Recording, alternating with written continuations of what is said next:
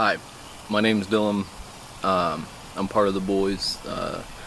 Before we get into this little documentary mini series type thing, I just want to point out that everything that I discuss over the course of this video, through this little interview process that we have, nothing is in any way disrespecting anybody that I grew up with, or if anybody that I know sees this, don't take this as I'm saying that you're a bad person. It's not anything like that. It's just describing the things that went through it when I was younger, going through school and stuff like that, and things that I saw with my own eyes and the way I interpreted it in my mind. Nothing is in any way disrespecting anybody, calling anybody out for anything that they did wrong to me. It is solely an observation through my eyes and my way of thinking only, and nobody else's point of view. Thank you.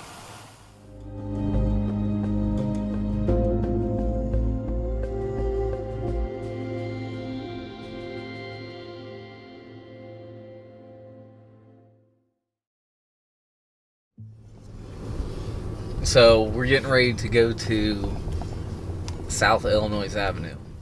South Illinois Avenue was a place that I grew up on. I like to call it as the block itself and not the home. I have more memories of being on that entire block than when I actually do being on the house. This is the place where, I had friends at one point in time.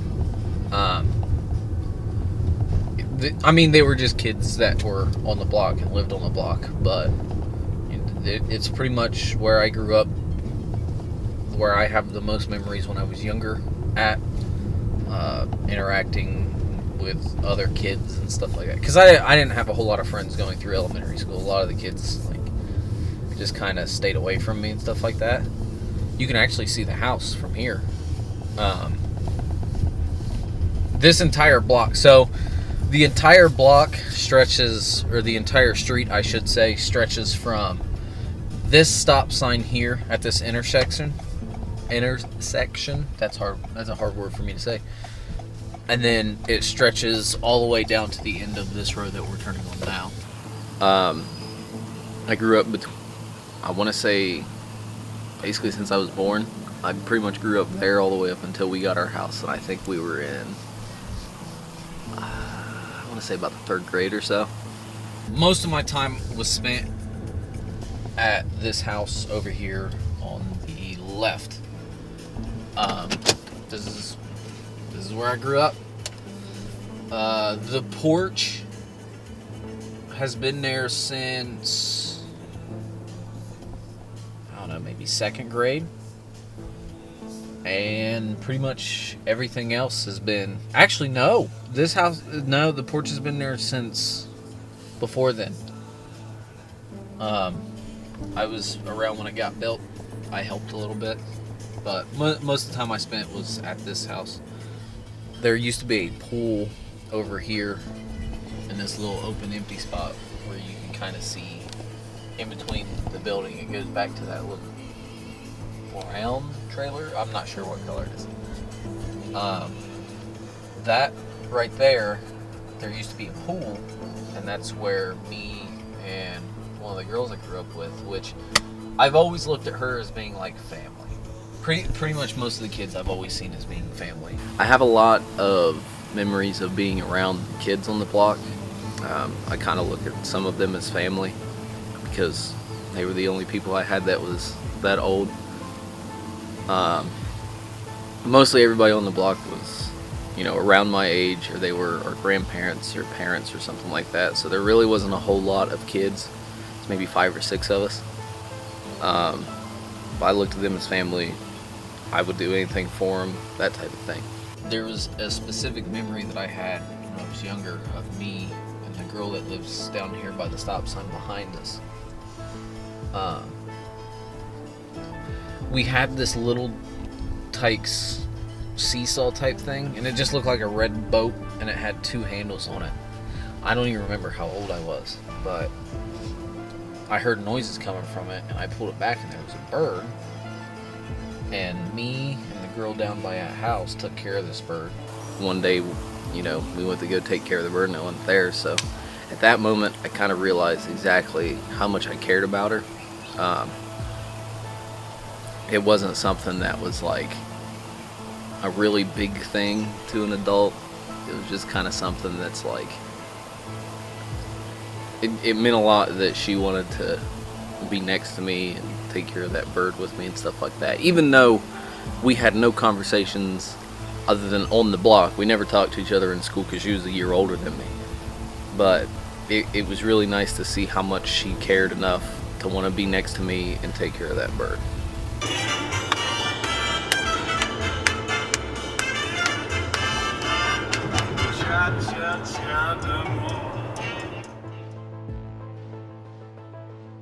The trailer park in Jackson is another place that I spent a lot of time before we ended up getting our own house, my parents and I.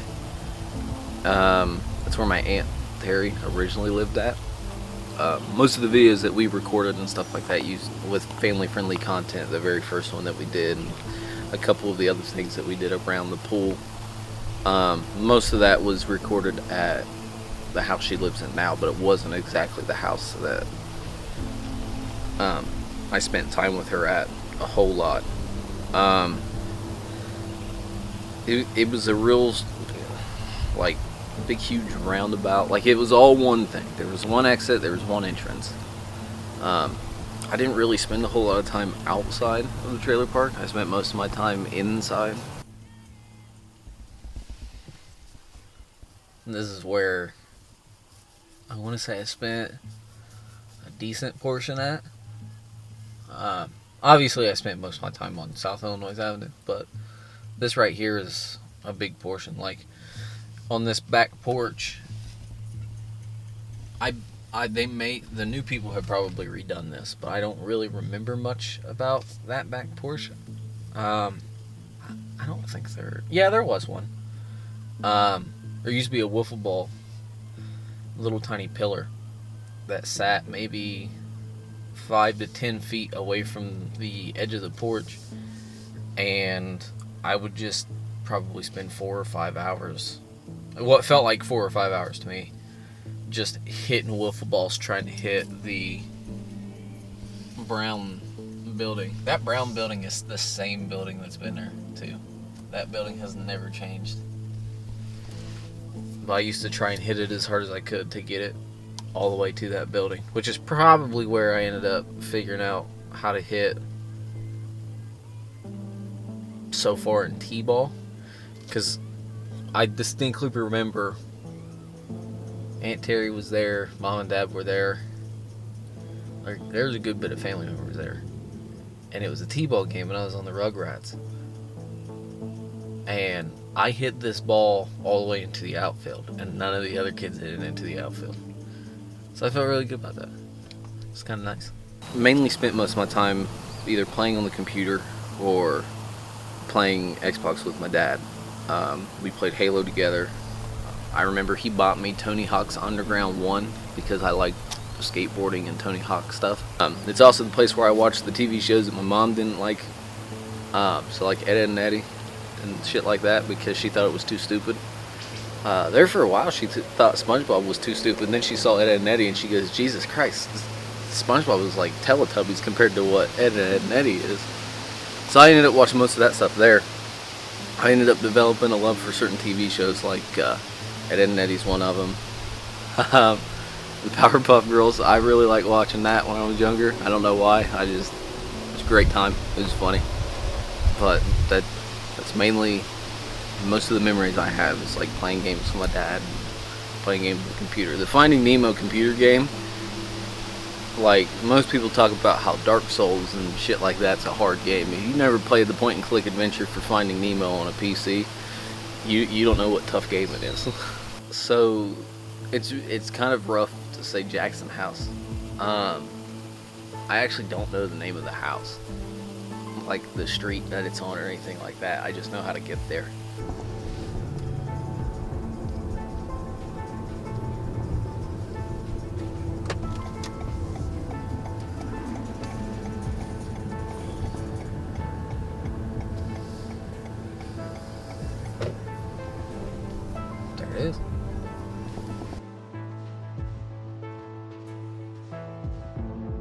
grandparents on the Wallace side of the family.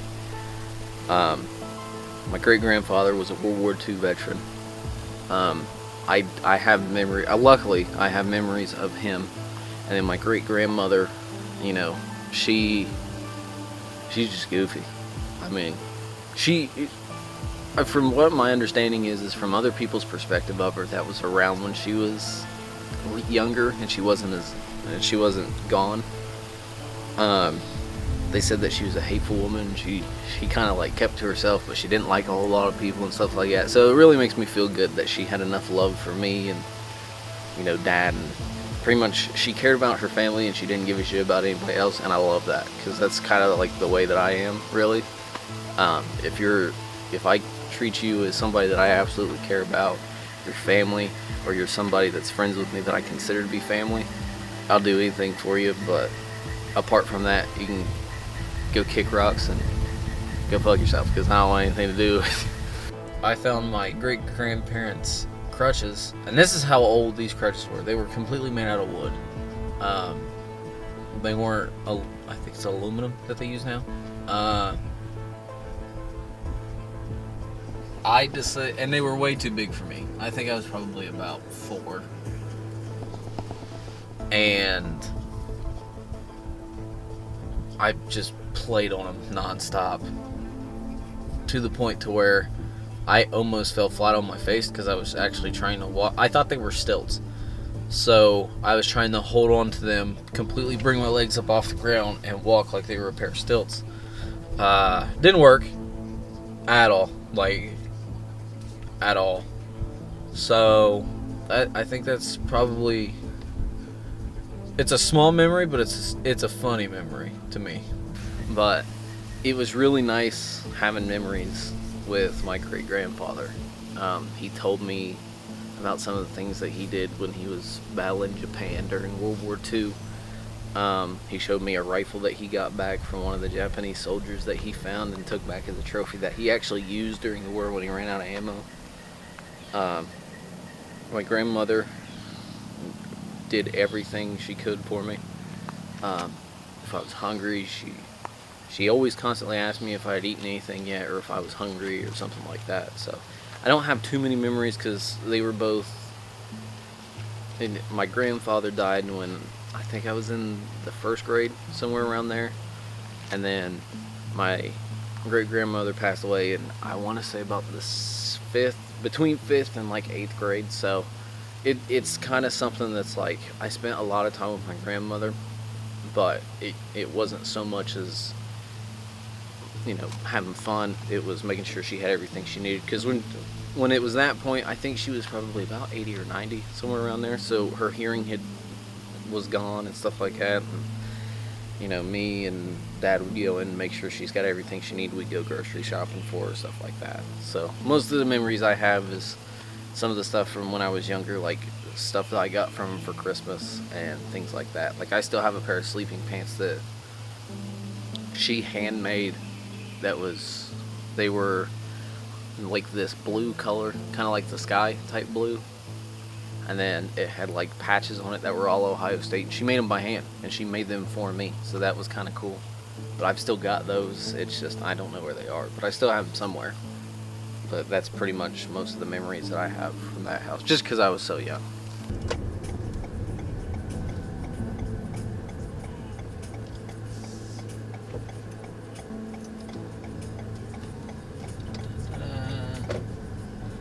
To be honest, I don't even know if Aunt Terry's here. I don't think she is. Oh no, she is here.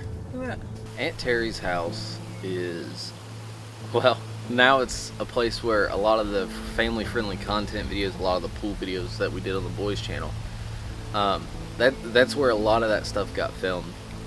What a lot of people don't know, and I know especially most of the boys don't really know, is that, like I said before, the trailer park is where Aunt Terry lived when I was younger. So when I was younger, that was my great-grandma and grandpa's house, which I call Mimi and Pappy. They were my great-grandparents on my dad's mom's side of the family, so the Turner side. And that was where I didn't really spend a whole lot of time there. It's not really something that I grew up at, but I did grow up at, if that makes any sense. Before Aunt Terry owned it, it was by my great grandparents. On my grandmother's side of the family, the Turner side of the family. I learned that I was left-handed here when it come to baseball. My great-grandfather taught me how to golf. We played in the pool together. Shelby had been there at this point, so that's the other thing that I really have fond memories about, is when Shelby was a toddler, it was me and her for a good portion of time, and then Pappy. And Pappy was the most protective over the both of us. Her a little bit more than me. But he made sure that we always did good by other people, and we always tried to do the right thing.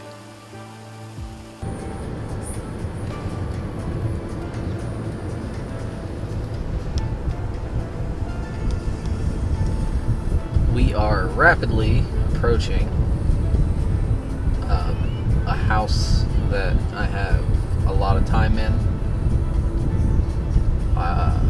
Good and bad. There's more good than there was bad, but good and bad. Is a place that I basically grew up at. I was there until I was about the age of 10, and the reason why I say that it's based off of age is, there wasn't really the best exit at that point. There was just falling outs and stuff like that. But I spent a lot of time there. It's an old 2-story house that the staircase that leads up to the second floor is actually through a closet. And it's the scariest thing on the planet. You open up that door, and it's probably about as wide as the front end of a Prius,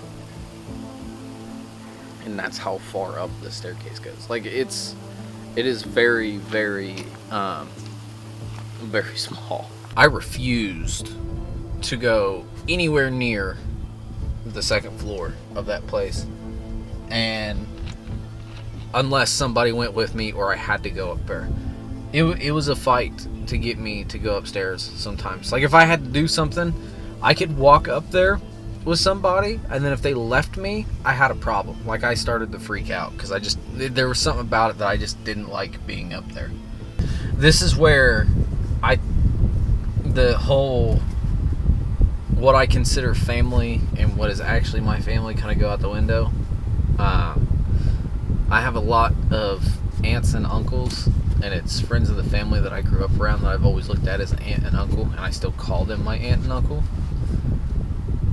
But there was so much stuff that went on here. They were actually part of the Elks Lodge in Jackson, which is right on Main Street, and I actually spent some time there. Yeah, this is the house.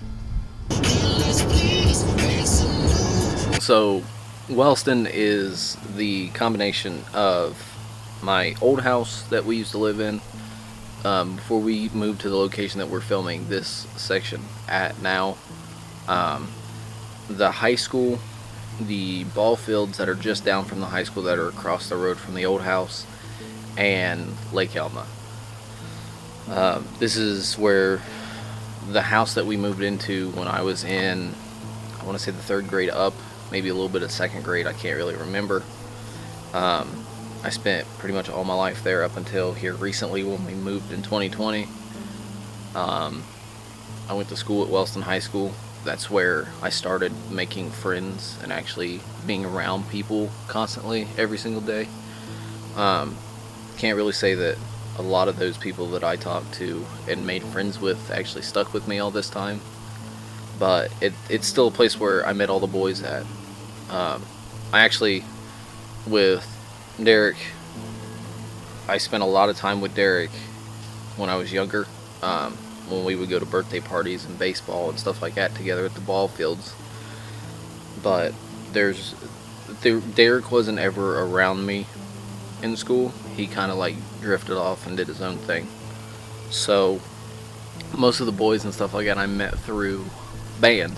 So with Chad, I met Chad through marching band when he joined in the 8th grade, and then from there I met his brother Brandon and then Jace, which then with me and Logan and Derek kind of made the boys. And then Brogan I actually grew up with most of the time because we played baseball together.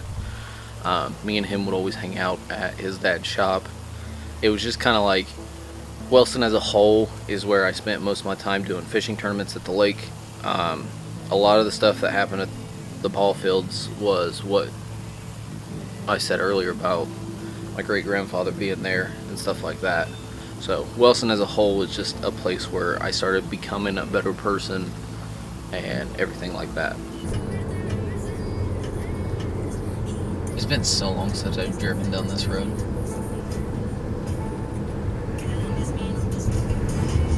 It's probably been about 2-3 years since I've driven down this road since we moved.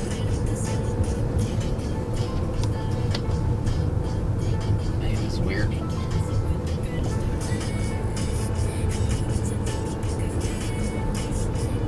Oh my God, they paved the ball fields. Look at it, it's an old parking lot now. It used to be gravel just like all the other stuff over there to the right of it. Dude, this is awesome. Look at this place. Man, they did a good job. Each one has its own, like... Yeah, each one's got its own, like, press box type of thing. Or it's got one press box that looks at everything. They finally did that. That's cool. What the fuck is that? Look at they're having a block party over there. Big ass block party. So now we're at the ball fields. A lot of this is where we walk through the parades and stuff like that. I hated walking in those little baseball parades that went all the way down through. There never used to be. So this is what the T-ball field is now. This right here was just like a spot. Right over where that pile of dirt was like the equipment area where I had all the drag and stuff like that. I think they use all that in this movie now. But I never used this field. We may have played on it maybe once or twice against Denton County teams, but as far as I know, like I was never at that field. The two fields I spent most of my time at were this field here and then this field here. We actually played T-ball on this field, and we had coach pitch, I think is what they call it now. I don't know. When I was growing up, it was called Pee-wee, where it was like coach throws the ball, you hit it, and you run. But no, this is where I spent most of my time at. This is where I hit a ball into the outfield when I was in T-ball. I distinctly remember it. It was cloudy, it was about to rain, so we were trying to get this game done as quick as possible. And I was in this dugout. Of course, back then, it wasn't even a dugout. They just had like a little set of bleachers, and then there was a fence. And then you walked through the fence. Like, they got little gates and stuff where you can walk through now. But before, it was just like it was kind of like bleachers, but not really bleachers. We hung our bags up on the little tiny fence that they had blocking us, and then there's like a little tiny door. I think the door was only probably about maybe this wide. I mean, we're all like little kids, so it's not like we can't fit through that hole anyway. But that was it. Like, they didn't have these brick things here. But I distinctly remember hitting the ball. I don't think it made it very far into the outfield. I know it made it into the outfield because all the other kids were, like, for whatever reason, in T-ball, and if you go to any T-ball game now, you can watch this, and it's still a thing. Because when I was at the old house, I would actually sit right along the edge of the driveway and kind of, like, peer down a little bit. Like, there's a certain section where you could sit, and you could see down into the ball fields. There's a couple trees and stuff that are blocking it now, I think, that are just grown over. But one of our neighbors used to keep them trimmed, and you could see all the way down to this field because this building wasn't here. And I kid you not, even after I got done playing T-ball and I started playing high school ball and middle school ball and stuff like that, anytime a kid hit a ball and it went past the infield, every single little kid just ran straight after the ball. Your first baseman, he don't know where he's going. He's going down the foul pole. We don't know why. He's just looking for the ball because they said outfield, so he's running into the outfield. The second baseman and the third baseman and the shortstop, they're all just going. Like, they don't know what they're doing. So that's also the same time I realized I can't run, so I'm terrible at that. And then over here is where Pee Wee ball was. Now, they don't have the bases set up, which kind of sucks. But when all this stuff was going on, they had this real long base to where the first baseman could sit on one side of the base and catch the ball, and the other kid could run and get to base without actually ever colliding into each other. Because kids are clumsy, and the first thing they do is they want to put their whole body on the base because they feel like that's where they need to be to catch the ball. This is actually one of the games where I started catching for the first time. Like, it was some weird gear. I didn't have a catcher's mitt. I had like a little infielder's glove. It was a little black Nike glove. I just sat there and I just caught balls. This is one of the very first times and one of the earliest memories I have of me and Brogan, one of the boys. I have a memory of something that Brogan did.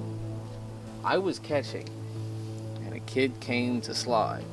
And I grabbed the ball, and I tag him.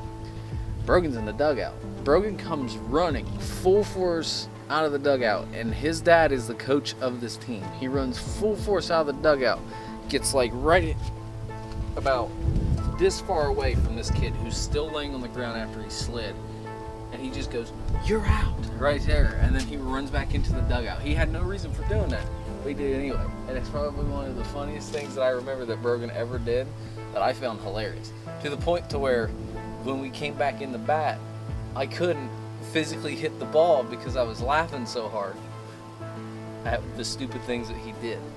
But we mainly just used these two fields. I think I may have used this field once or twice. I mean, it's not like, I don't know. I don't ever really remember using that field.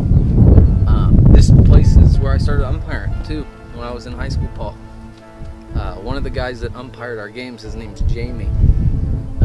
He was a guy that umpired a lot of our home games.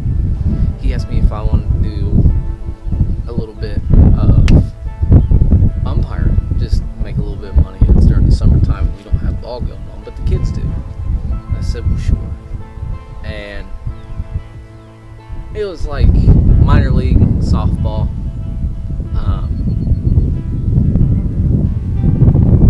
I was terrible. That strike zone was so small. Like, I had the strike zone of like a high school umpire, and then he's one of the coaches of the team, so he walks over and he goes, "Hey man, I know you're used to the strike zone in high school." He said, "Open it up a little bit." I said, "Okay." So I started opening it up, and then everybody started cheering. They're like, "Yeah, the ump's not a dumbass." And I turned around and I was like, "Buddy, I'm in high school. Don't yell at me." And I put my mask back on and went back to what I was doing. And this is the ball field.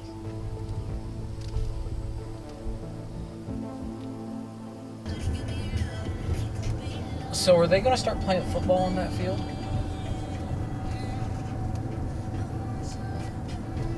Probably like a practice field or something. You're sure we're able to go down here? I ain't trying to get fucking arrested.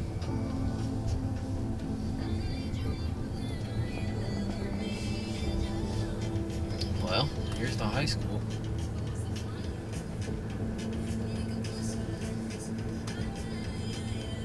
Why do they have picnic tables out here? Can kids eat outside now? That's bullshit!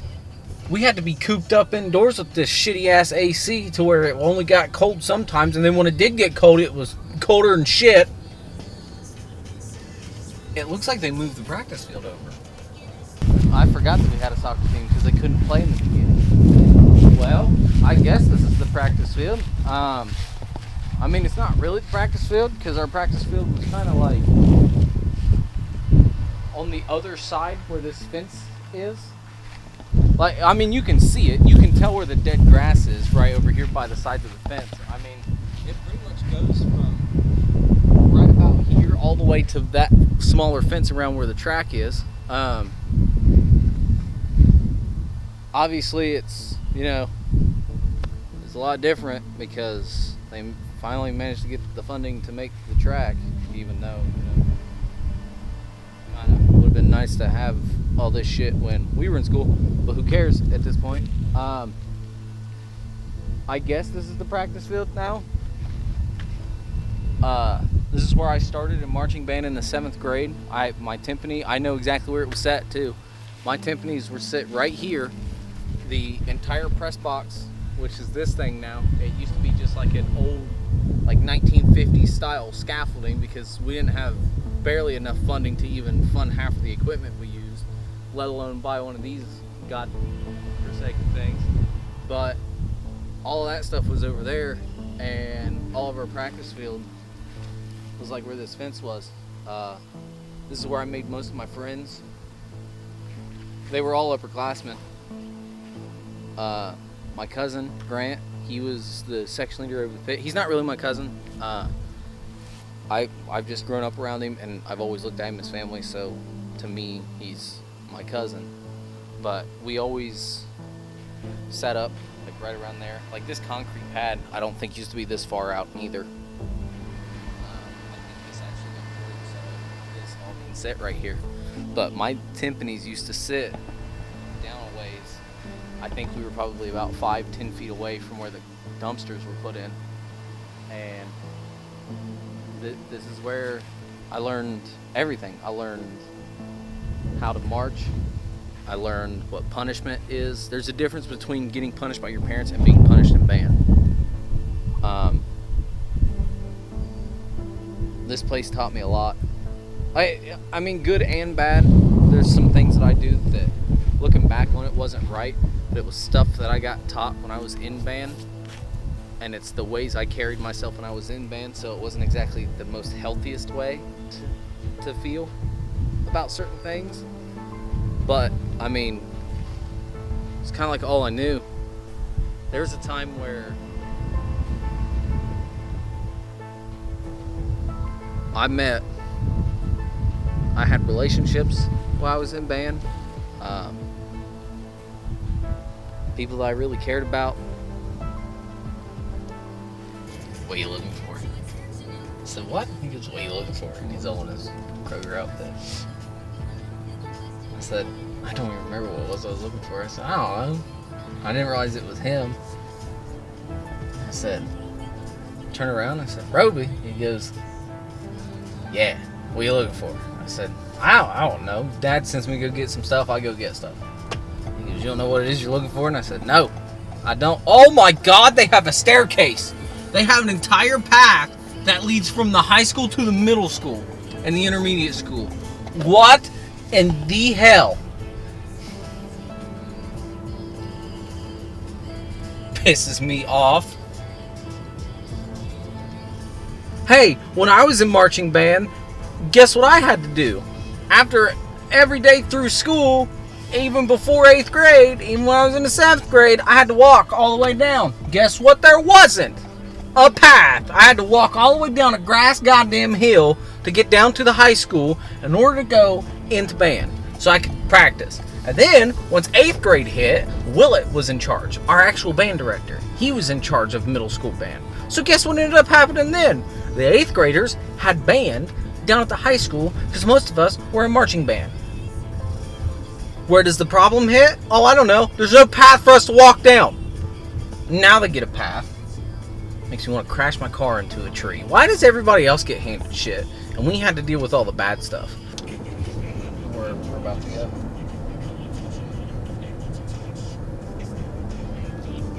Little fun fact. The bridge,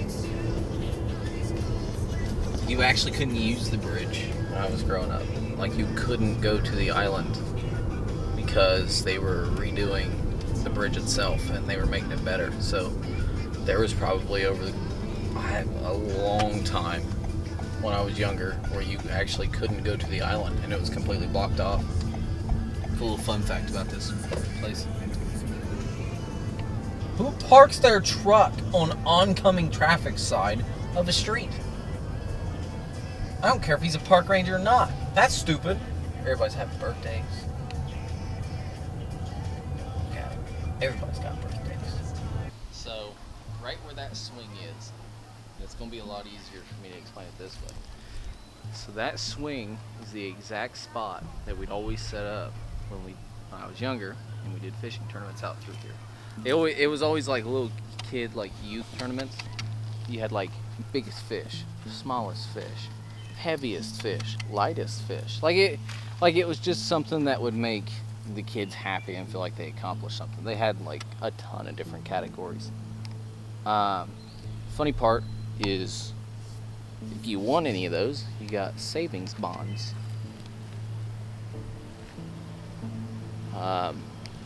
We never used the savings bonds.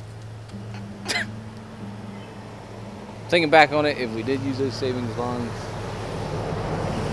you know, probably would have been a little bit better off. Probably could have put it towards like college, even though I didn't go to college for that long. But still, could put it for college, that type of stuff. But most of the memories that come through here, it's just like fishing tournaments for me. You know, everybody in Jackson County and some of Vinton County, because a lot of people don't know, half of this lake is Wellston and Jackson County. The other half is like MacArthur, Vinton County type stuff. So this entire lake splits 2 counties. So mostly everybody wanted to get homecoming and prom pictures done out here for whatever weird, dumb reason. I'm one to talk. I got homecoming pictures done out here on multiple different occasions. But, you know, this is the lake. I mean, this is where I have most of my memories.